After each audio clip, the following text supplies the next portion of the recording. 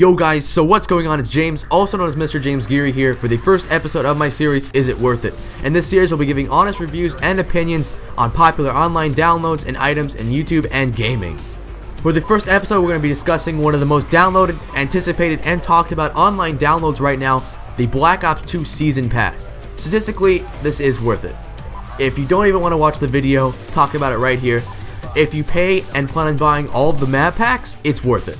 Now, if you've been buying the DLCs for all the previous Call of Duties, I definitely recommend buying it for this one. I'm not sure how Treyarch's going to do this, but I always seem to like Treyarch's DLCs. It runs for 4,000 Microsoft points on the Xbox platform, or can be bought online for $49.99.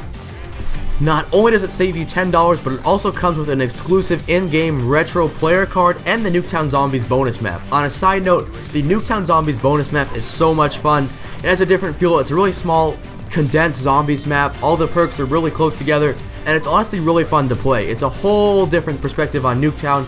Half of the map's kind of like crushed out, and this nukes drop, then it just goes in this never-ending abyss. It is such a cool map. I definitely recommend you get it. Also, if you want to see some updates on me playing this and when I am live streaming this, make sure to follow me on Twitter. I try to post pretty interesting stuff. The links to my Twitter, Facebook, and all my other social media will be down in the description. I also have a few things down there to help you guys get better at the game, like Control Freaks. Now, I definitely don't blame if you want to sit back and wait and see what the DLC is going to look like, because I know in previous Call of Duties, especially Modern Warfare 3, I didn't really care for the DLCs too much. I don't know about you. I didn't really like the way they were put together. I'm not a fan of the Infinity Ward maps. Infinity Ward has its very good maps. They always seem to be on the disc. Never been a fan of the DLCs. I like the DLCs in Modern Warfare 2 and Call of Duty 4, but I don't know, they just seem rushed from MW3. Now, the DLC map packs are expected to be released in 2013, but you will get the NUKETOWN Zombies instantly and the player card instantly. Now, each DLC is going to be $14.99, basically $15 each. I think it costs 1,200 Microsoft points on the Xbox 360. That's my console. Now, in case you guys did not know, the NUKETOWN Zombies was already available if you had bought the hardened edition of the game, which is what I bought. I didn't get a chance to make a video on that. I think they are still selling it, though. It's a great deal. You get the soundtrack, you get some exclusive player cards. I think you might even get some double XP with it, but you also get some awesome weapon camos. So definitely buy the hardened edition. Now, looking back into Black Ops 1, I really like the way Treyarch did their DLCs in that game. I definitely loved the first one, the Berlin Wall, Kowloon, and Stadium DLC. That was my favorite. That was probably the best put together DLC I've ever used. I don't like any of the other ones really too much, but I really seem to like that one a lot. I don't know what it was. I love Stadium. I didn't really like it at first, but it definitely grew on me a bunch. I don't know why. That Black Ops 1 was the original kind of first-person shooter I started up with. A lot of people started with Call of Duty 4. And Call of Duty 4 was my first Call of Duty game, but not online. I started playing Black Ops when it first came out because I had an internet issue, but I don't know what it was. That game just has some sentimental value. Whenever I play it, I have these memories of back when I first started playing, and everything was really fun. And I love the DLCs for that game. Now, the DLCs, a lot of people thought they were gray. A lot of people thought all the maps for Black Ops 1 were just kind of gray and colorless, but I think that kind of goes with the era of the game, and I think that's what Treyarch does well. They have great map design, and their maps kind of go with the era of the game. The original kind of Black Ops 1 was the Cold War kind of dark era, and all the maps really reflected on that. Now, MW3 had a different chance. Their maps were colorful. They had carnivals and all that stuff, and I kind of see where they're coming from. You know, that's more modern, more bright, more futuristic, but I think that Treyarch is really good at map making, and I honestly plan on buying all the DLCs. I bought them all from MW3 because I had the Elite Premium, but I honestly probably wouldn't have bought them since I found myself disabling the DLCs for just about every game I went into. I mean, I think Infinity Ward could have stepped it up. I think the maps were more rushed than anything. It just felt rushed. It didn't feel good put together. It wasn't really too strategical.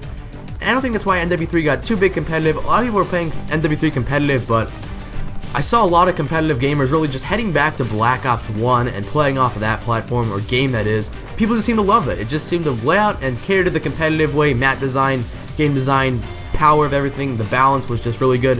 And I think that's really Vandahar worked hard on making this game big for the competitive scene, because MW3 wasn't really too catering to the competitive scene.